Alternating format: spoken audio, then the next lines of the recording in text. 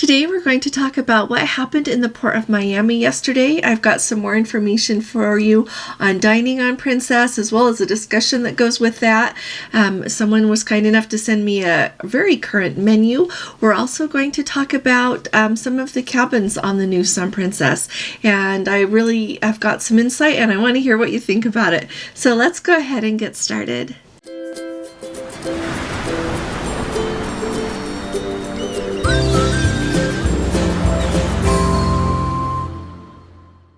Hi there, this is Allison with Let's Go Travel Tips. Today is Monday. It is June 26th of 2023 already, and I want to bring you up to date on a few things.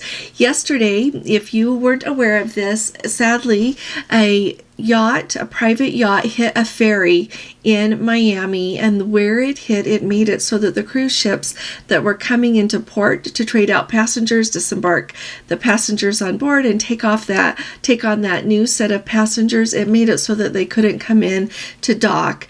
Unfortunately, it's really sad. The one of the passengers on the yacht was killed, and the other one was fortunately rescued. Now, everyone on the ferry was okay, but of course, it made it so that they had to set up a perimeter there and bring up the yacht that sunk and do all of these other things, of course, that they do when something of this nature happens. So our thoughts and prayers indeed are with the families of the people who were on that yacht that hit that ferry. And then at the same time, we've got a lot of information about how the cruise lines handled that situation to accommodate all of the passengers who were in port there waiting to get on the ship. So first of all, the cruise lines that were impacted by that was Carnival, Norwegian, and MSC. Let's Go family member who was going to board, it's the Carnival Celebration. A Let's Go family member who was going to be getting on board that ship was kind enough to send me the notice that they received letting them know what to do. So I love that Carnival sent out a notice. Now, Norwegian and MSC maybe sent out a notice, just no one shared it with me, but I do have information on the Norwegian. But first of all, they immediately sent out this notice to let people know. They said that if you want to, you can come to the cruise terminal and they would accept your luggage. But then Carnival was running complimentary buses over to the Bayside Marketplace, and there you would be able to enjoy shopping, and there's some places to eat there while you wait until you could board. And then they had a Carnival person at that Bayside Marketplace so that they could kind of keep everyone up to date. They had a number that they wanted you to go ahead and sign up for texting with so that they could text you when anything changed. So it sounds like they handled it really nicely. They also gave each passenger a $20 onboard credit to help pay for their, to put that money towards paying for their lunch. There, I know they couldn't pay for it with their shipboard account, but just as a way to help reimburse people for that, which I think is really nice. So Carnival let them know, and I do like that they would accept people's luggage and then put them on the bus over to a place where it'd be much nicer to wait. Because if you're not familiar, like you go to a cruise terminal, and we have been to the cruise terminal there in Miami to go on both Royal Caribbean and Norwegian out of that port. And like any cruise terminal, there is limited seating. So by the time you got a ship worth of people assembled there wouldn't be enough seating for everyone. So I'm really glad they worked it out. Now, Norwegian, I don't know if they ran shuttles or not, but they also gave a $25 onboard credit to all of their passengers and did direct them, saying that you could use, that they would take your luggage, then you could head over to that Bayside Marketplace as well. They told passengers that they expected, and so this shows you the scope of the delays, that they were hoping to start checking people in at 7 p.m. with embarkation not starting until 9 p.m. last night. And so they asked people to not come to the port prior to 6 p.m., but that they could go ahead and go, of course, to the Bayside Marketplace there, because you have that hard time between checkout time and when, you're going to get on the ship, and so it would be hard to be somewhere. So just thought I would bring you up to date on that. I was really happy to hear that they've got a plan in place. I looked up on the map where that Bayside Marketplace is, and we marked it in case we ever happen to be there and embarkation is delayed as well. We'll know where to go. But anyway, hope that helps all of you a little bit as you plan. Now, I've been thinking a lot about dining because dining is such a huge part of what people think about, and we've had such a discussion here lately about dining on cruise ships. And so a couple of things I wanted to tell you. Now, first of all, this I think is really important to think about. So I know that we've got a lot of Let's Go family members, and so if you've got people that you cruise with or that you know enjoy cruising, definitely please tell them about our channel. And if you haven't subscribed yet, please do subscribe. We need that, and it actually just helps us out. It is free. It doesn't cost anything. It doesn't obligate you to anything. It just helps YouTube see that makes it so that they will offer our video to more people. So anyway, so we've got a lot of people that would really like to have that set time for dining every night. Dine at that same table with your same servers every evening. Princess no longer does that. And based on the amount of feedback that they seem to get about that, they don't seem to be budging. Now, I don't know why. I don't know if it's because they feel like with what is coming on the Sun Princess and the Star Princess, with having more restaurants, that they think, oh, I don't need to do that. We'll spread people out more. It's not going to be a thing. Or if they just really like only doing anytime dining. But a really important thing, and to me, this is why we have so many different cruise lines, is there are cruise lines that you can have a set time. Royal Caribbean, you can have a set time, same table, same servers every night. Same with Celebrity, same with Holland America. There are so many options. There's lots of other cruise lines as well, but those are the ones that come to my mind right off that we have experienced. Having that reservation, eating at the same table every night with the same servers at the same time, it works splendidly. So I would say don't be in a rut. If the cruise line that you are sailing on does not offer one of the things that's really important to you, I say try one of the others out. Another thing that I want to point out, which I think is just amazing, this weekend I had a lovely visit with one of our Let's Go family members, and they are going on a cruise on Carnival. And so she took a minute to tell me some things that I didn't realize. And you want to know what? I know. I am wondering if I am going to find a gem when I go on this Carnival celebration this year. I'm going on that week of, I think it's November 5th, and I am really excited. One of the things that really excites me is she said that they have got their dining program on the Carnival ships, that when you are wanting to eat, you go on that app, you select where you want to eat, and they will put you in a queue. They'll get you in within about 45 minutes, so you can keep doing what you're doing. If you're relaxing in your cabin, if you're sitting in a nice lounge with a drink, whatever it is that you're doing, you can keep doing it until they're ready for you. When they're ready for you at that dining location, then they send you a notification there through the app, and you've got 15 minutes to get there. They'll hold your table. That's plenty of time pretty much to walk from anywhere on the ship that you happen to be down to the dining venue. And then they seat you. You don't have to wait in a long line. Nobody gives you, there's just no wait. I think that is amazing. To me, that's breakthrough. That's wonderful. So why the other cruise lines don't do that, I don't know. But it makes it so that you can dine anytime you want, but also on Carnival, you can also select if you want the early or the late dining. Of course, you get to pick. But also, if you want that anytime, that's how they run it. I think it's wonderful. So that's one thing I am really looking forward to on on Carnival. I am really excited to try that. So there's that. But then also, if you are not going to budge from Princess, you love how they do things, and you really want to do that though, I've got a couple of thoughts for you. A lot of people really do share that talking to that maitre d' on the first night really does help. That it makes all the difference in the world. And let me tell you something else if you didn't know this. I'm thinking that you all probably know this, but I never ask anything of the maitre d' or Gordon without giving them a tip. All right. Just, I have my euro here because we're getting ready for our next trip, and we'll need euros.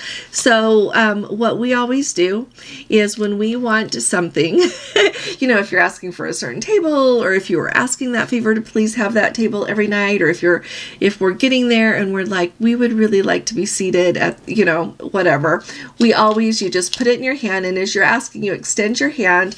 They'll take your hand and shake your hand because that's good manners, and you just leave the money in their hand. And that is just a token of appreciation. Princess no longer offers set dining times and set tables. That's not a thing they do anymore. So when you are asking that of the maitre d', you are asking them to go out of their way and do their best for you with what you would like. So I think that's a really important thing to know. That's not offered by Princess anymore. It's not a thing. And so if you can get someone to do it for you, they do it as a favor for you. So I think it's appropriate to tip them. So that, and then it sounds like it can vary a little bit between sailing. It can vary a little bit between ship. And one of the reasons could be something that I think were highlighted, and I heard of it the very first time on our live on Friday night. A couple of Let's Go family members let us know that they made their reservations in the main dining room in the app, and they received an email from Princess for each reservation letting them know that those reservation times have been changed. Like one of them, I think approximately was about 5:20. It was moved to 7:20, something in that ballpark. I don't remember exactly, but they were moved. And I am wondering if it's because they got too many reservations close together for what they feel like they can smoothly handle. And we have been hearing of long wait times on some of the Princess ships again, so that when people go down, even if they've got a reservation, they're waiting for a really long time for a table. So I'm wondering if they're moving those reservations around a little bit, trying to accommodate people. That might impact the maitre d's ability to promise you a certain table at a certain time every evening. I know that they really do try to be as accommodating as possible. So if they can possibly do it, they'll do it for you because they want their passengers to be happy. They know that it's a good thing for their wait staff because then they're more likely to have people who are pleased with their service, give them a good tip at the end. And like I said, they want the passengers to be happy.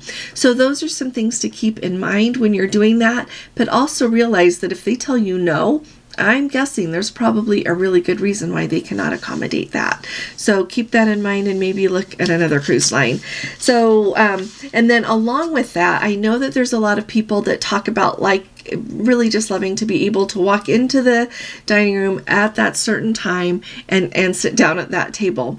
That's because that's what we're used to doing when we're on a lot of other cruise lines that have that traditional dining. Like when we were on, both when we were on Royal Caribbean, Celebrity, I'm trying to think, yeah, definitely I remember with those two, we had set dining times, and really you did. You just walked in, you had your time of your appointment, and you could go in and sit down. That's what they expected. But with Princess, you don't do that. I don't. I would really like to hear from some of you if you've been able to walk in and sit down at that time. But even like when we've had a reservation time, we always wait and make sure that the table is cleared, even if we're planning. Often they'll sit us in the same section every evening, if not the same table. So there's everything to think about with dining. Let me know what you think.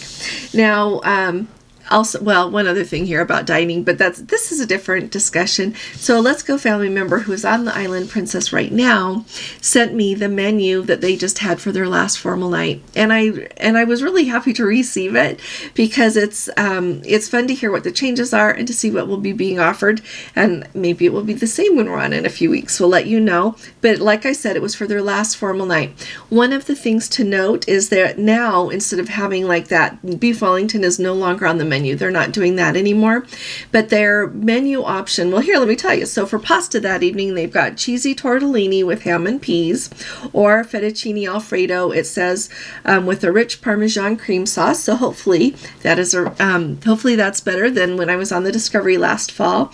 They are also offering main dishes of a vegetable strudel with a red curry sauce, seared mustard crusted tuna, it says, with soy glazed corn, spinach, crispy onion. They are also going to serve you an option as a Cornish game hen with green pea puree, roasted parsnip, and gravy. And then finally, the land and sea menu option. It's a beef tenderloin with jus, a lobster tail with béarnaise, mashed potato, and a sautéed spinach. So you no longer are going to be able to have the lobster or the beef Wellington. So that's a no. But also, if you want to have another serving of that, you want another lobster, you want another beef, it's $10 extra. So for another identical plate, it seems to me you wouldn't say I want another lobster tail. They're just going to bring you another serving with the beef and the lobster. That's $10 for every extra one that you want. They are offering their princess favorites on the princess favorite list, which is really interesting because it's changed so much. You can have a princess shrimp cocktail, a classic Caesar salad, romaine and kale Caesar salad, French onion soup, dal, D-A-A-L, I'm not as familiar with that. It's basmati rice with papadum and a mango chutney. You can also have fish and chips if you want, or a grilled New York steak strip. So those are the options for your main dishes. And then, well, it's not just your main dishes. That's just the princess favorites. And then on that same page there, sounds like they're not doing a separate menu anymore for desserts. If you've been on Princess a long time, you know that you had your dinner menu and then you had your lovely dessert menu. Life's Sweetest Reward, as they call those desserts, are just on the bottom half there. And you can choose a chocolate caramel, which is a sable crisp with soft caramel and chocolate mousse, a raspberry vanilla cream puff, or your sugar-free cherry trifle, or crepe Suzette. And then they've also got the Princess Love Boat Dream, which is the new Love Boat. It's not that old Princess Love Boat Dream that we all loved so much.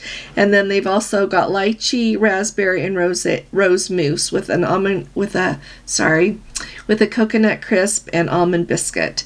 Then if you want, you can also have your caramel pecan turtle cheesecake, your creme brulee, or create your favorite sundae and choose some ice creams and toppings. So I don't know. It sounds like perhaps this is their whole menu. I don't know, usually you'll have like a list of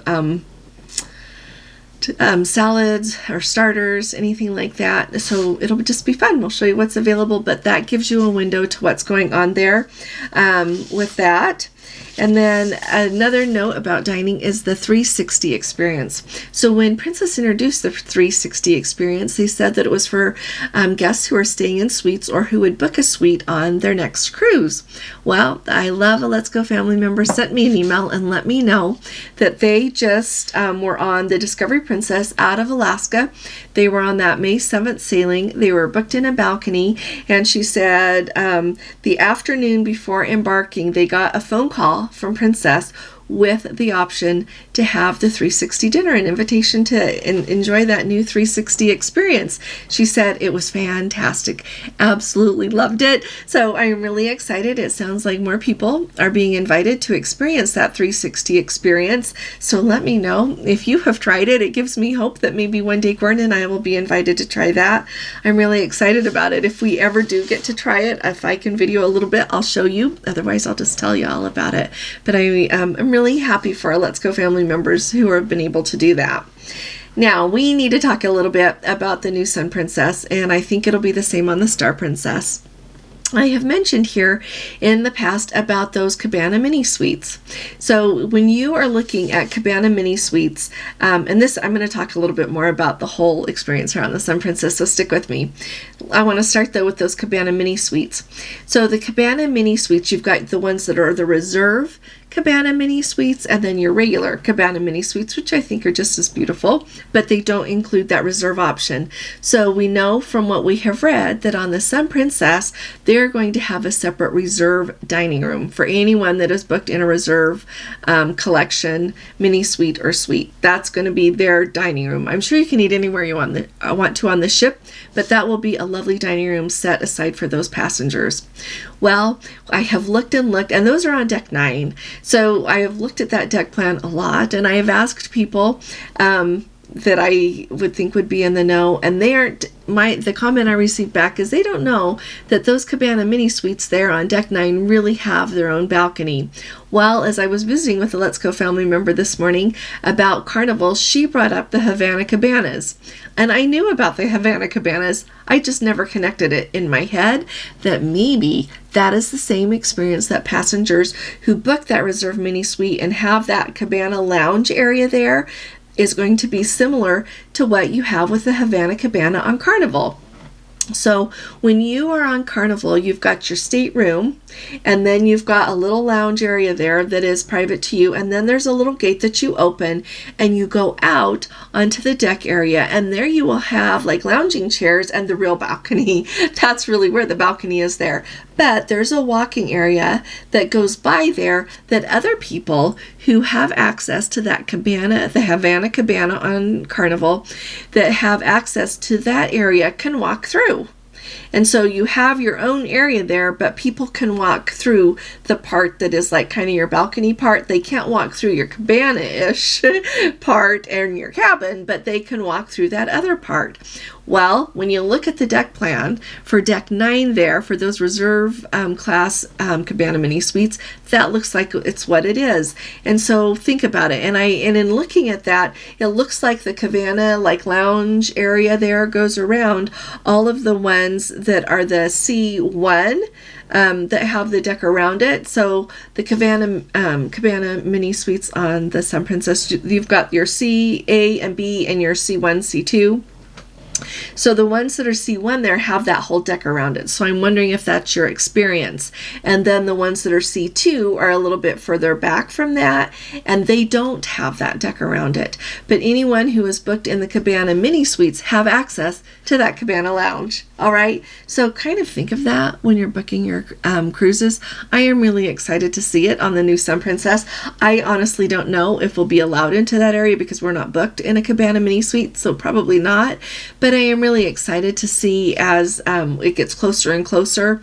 Hopefully Princess will release a lot more footage and show us a lot more of what is available in those areas. But I felt like it's really important to tell you about this because hopefully it'll help you think about it.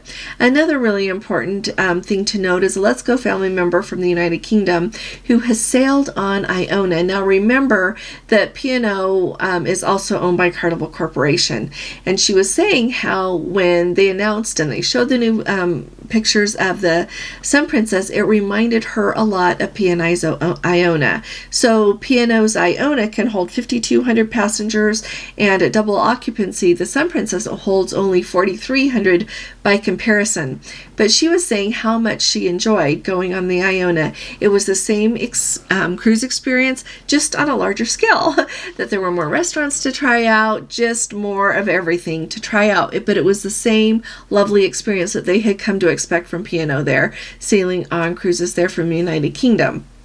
So I looked over that ship, and then I looked over, and there are a lot of similarities, it seems to me, with what is going on with the Sun Princess, both between Carnival and between P&O, and bringing that on to Princess. I don't know if they consciously did that. I bet they did. The people that designed the ship probably took what they knew people really liked from one and what they really liked from another, and were trying to bring it together. The nice thing is that on P&O there on the Iona, they still don't have the rock climbing wall and ropes course and all the other things that people who have traditionally sailed with Princess are a little dismayed to hear that they have on board this time. So I'm really excited, even more so. I am so excited to go on the Sun Princess and see how that experience is. If having that bigger ship, we just have the same lovely cruise experience, just more of it. And I think in the long run, honestly, it seems to me like it's going to hopefully be a lot of that same cruise experience. You're just not going to want to be on those ships during spring break, and maybe not quite as much in the summer when school's out, because that's when historically families sail together a lot, and you're going to have a lot more children on board the ship. So if you prefer a cruise experience without children quite so much, then that you'll just kind of schedule your cruises around it, which I think a lot of people do now anyway. But thought that would be and so let me know what you think about the whole thing. Again, I really like to hear from you all. I still remain really excited to go on the Sun Princess. I'm excited to go on the Star Princess and just see what all there is to offer. And I'm looking forward to a really lovely cruise experience. I think it'll be really nice. So those are the main things that I wanted to talk to you about. The very last thing I want to talk to you about, I want to ask you all, if you were on a cruise somewhere or you have recently returned, will you let me know how it's going? I would love to hear from anybody who is on the Caribbean Princess this week, to hear if they are working through those engine issues that they have had. Someone posted on a Facebook group and sent me, I think it was on our Facebook group, and sent me an email as well, saying they were on the Caribbean Princess last week, and on the very last night of the cruise, they had gone to dinner and been out after that. They came back to their cabin, and late at night, there on the bed is an offer that they had given everyone, apparently for having to miss having to miss part of their port times all week and not going as fast with the engine trouble, $100 of onboard credit. But by that time of night, there was really nowhere to go to use that. So I kind of think that maybe that was ill-timed, and I don't know if it was intentional or not, but I would really like to know how that's going. And definitely those of you who are on the World Cruise, I would love an update. I am dying to know if you what other ports you have had to miss other than the one in Oman, what other times have been cut short. I honestly feel like people plan for world cruises. They spend so much money. They block out time on their calendar. And I kind of wish that they received that same thoughtfulness in return with keeping the itinerary and the experience of those on board. So I'm hoping that those problems are getting solved. I'm dying to hear from you all, and let us know. But I would love to hear whether you're on Royal Caribbean, Norwegian, Princess, Carnival, Celebrity, whoever you're sailing on, please do let us know. Tonight we've got our live going. We're going to go ahead and try to start a little bit early if we can, closer to 8 p.m. Depends on when Gordon gets done with work. If we're not there at 8, we'll definitely be here at 9 p.m. Eastern. We really look forward to seeing you all there. So bring your questions, bring anything you want to talk about with cruising, and we'll look forward to seeing you then. Like I said, if you haven't subscribed, please do. If you appreciate these updates, please give this video a thumbs up. And I'll be talking to you all again really soon. You all take really good care. God bless you. Love you. Bye-bye.